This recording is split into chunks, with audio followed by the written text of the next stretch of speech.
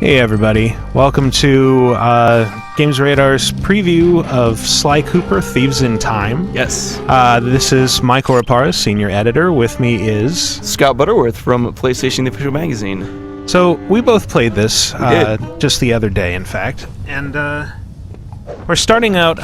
one of the things we learned is that you don't always play as Sly and his friends. You also play as some of his ancestors. Right. Each of whom appears to have a unique ability. The first one we're looking at here is, I think, called Leaping Dragon. This is it's Rioichi Cooper. Yeah, he's an expert ninja and sushi chef. Yes, because you can't have one without the other. Mm-hmm. And his sushi restaurant has been taken over by the armed thugs of the villain El Jefe. Yes. And so he's trying to sneak through and find the keys, which are his sushi knives. Yes. Which makes tons of sense. Yeah. Well, it makes about as much sense as an automated security camera in feudal Japan. That's true. That is very true. Or a raccoon who's the sushi chef / expert ninja.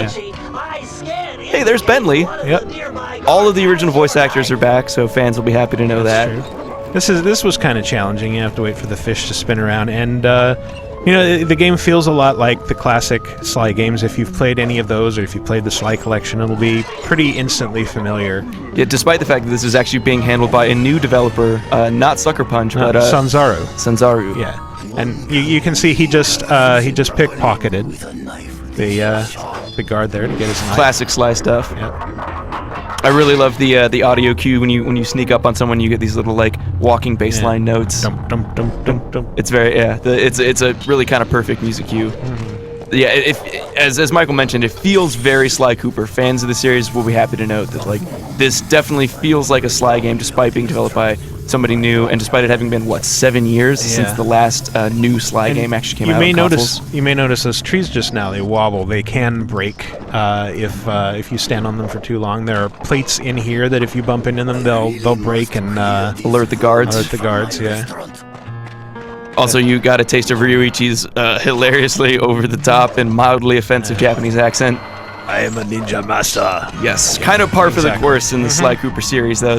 Everything is kind of a caricature. I mean, look at my finest knife. See, there you go. Sashimi will be perfect. Oh god. Yeah, I kind of feel like we should not be okay with that, but it's there you have it. Yeah.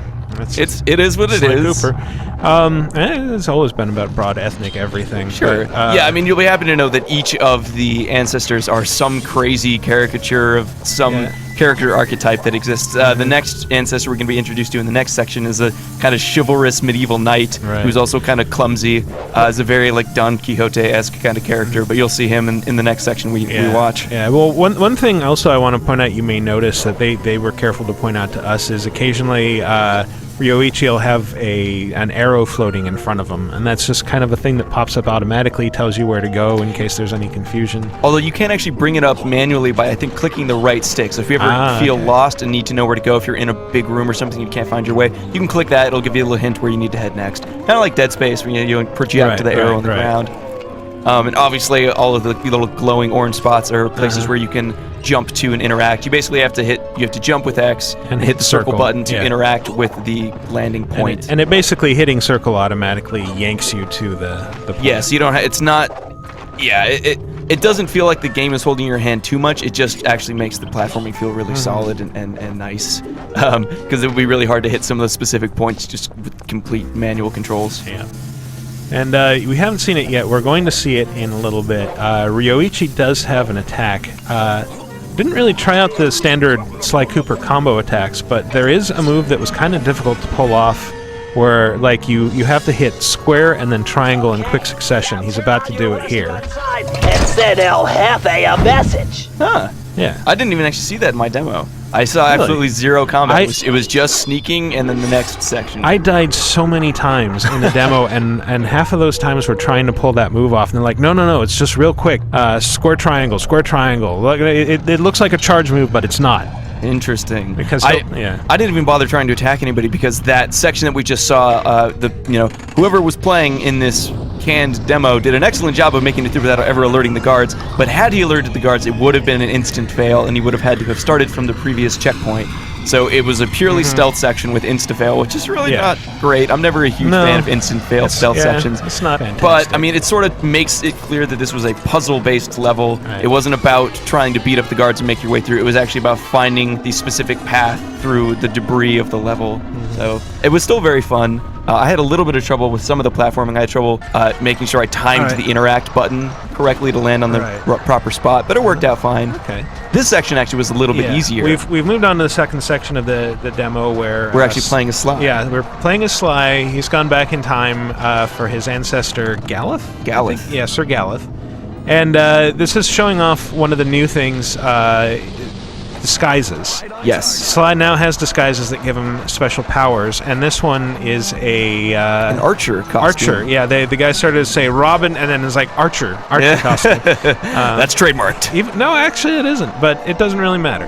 But the cool thing about this is you'll see there are these jugs of arrows, and when Sly approaches him in this costume, he can take one out and fire it at target like he's doing now, and it trails rope behind it. You can control it in midair, so there's some aftertouch there, and then you can use it as a tightrope. So you're creating a path for yourself across the fireproof rope.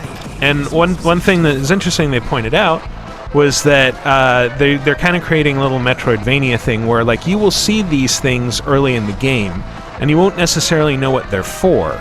They're just sort of like, oh, there's a pot of arrows over there and I can't do anything with it. But once you get the costume, you can go back to that earlier level and interact with it and find out what it does. And it sounds like usually that's not going to be essential to progressing the story. It'll mainly be for like collectibles or special items, things like that aren't necessarily essential to your progress in the game, but are still going to be cool nonetheless and give you kind of a reason to backtrack and visit old areas once you have these new abilities. I think that each time period is going to have its own costume that you kind of earn in a specific way. So not only does each time period that you visit have a specific ancestor, it also has an unlockable costume which has some innate ability, in this case the ability to fire arrows, that you unlock in different ways depending on where you are in the game. Yeah, well, also like during E3 we saw the gypsy costume that enables him to, I forget if it's disappear, turn invisible, something like along that. those lines. Yeah. I can't remember. That would be a good thing to know right now. It would be. How about we're anyway, unprepared. Hey, did you see those the frog trumpet things? The way their eyes shook when you jumped on the trumpets? That was pretty cool. That. It's kind of well, a nice touch, it's going to come up again.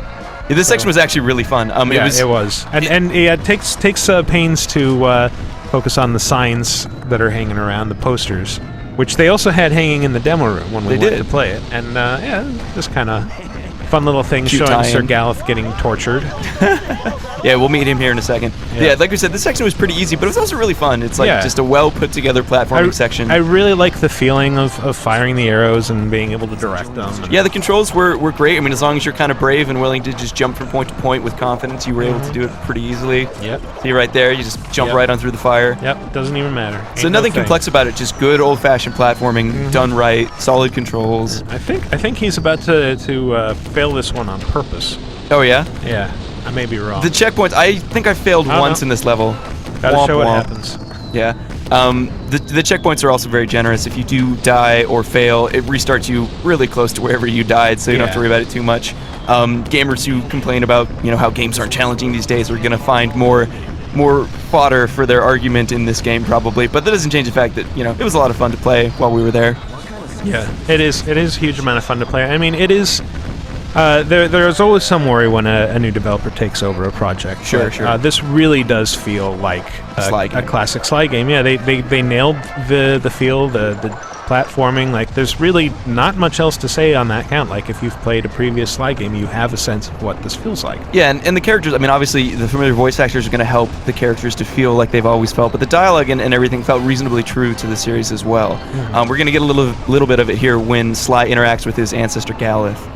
And you can kind of see what we're talking about. Yeah. This is a really enormous tent by medieval standards, by the way. This tent, they loved big tents in the This Middle tent Ages. dwarfs like most cathedrals. I find that kind of funny. Well, like I said, they really loved their tents. Yeah. This is by far the trickiest part of the level here. We have the took me moving a target. Second. It took me a second to figure out what I was supposed to do. Like, I can't hit that thing in the middle. Why? And then I realized, like, oh, that thing circling around is a target. Yep. And Sly is, of course, agile and adept and able to cross No problem, no issue. And I do remember they took pains to point out that the ropes are fireproof, so you don't have to worry about them burning away. Yes. Thank you, Bentley. He's like your Q. Yep. Like James Bond. And we here made it! Yay! And we've changed our clothes. Yeah, I didn't notice that. Hey, but you can actually switch instantaneously between Sly's regular costume and his unlocked ancestor costume. So this is an example of something else they talked about, that Sly's ancestors are like gods in the Thievius Raccoonus, the way that they're built up. But when you meet them, they're actually very flawed individuals. Right. And part of Sly's mission is that he actually has to help them become what they're supposed to be. Right. It's very, very Back to the Future. You know, he's got to get his dad together with his mom, that kind of thing. Yeah, make history right. He's got to convince Sir Galeth to be a heroic knight instead of a loser jester. Yeah. You make a good point, sir. Yes. We're gonna shut up and let you get an idea of what they sound like. Forward, that we may strike a crushing blow against the black tyrant who imprisoned me. Whoa, one thing at a time. Let's just get back to the hideout first. So yeah, that's Sly Cooper, Thieves in Time. Hope you enjoyed this preview. It's coming out. When is it coming out? I believe sometime later this year, sometime in fall, maybe September. I might just be guessing. All right, well, keep an eye out for that one, and keep an eye out for further coverage on GamesRadar.com and in PlayStation, the official magazine. Our May issue will have some crazy fun coverage, so tune in for that. It's on newsstands April 10th.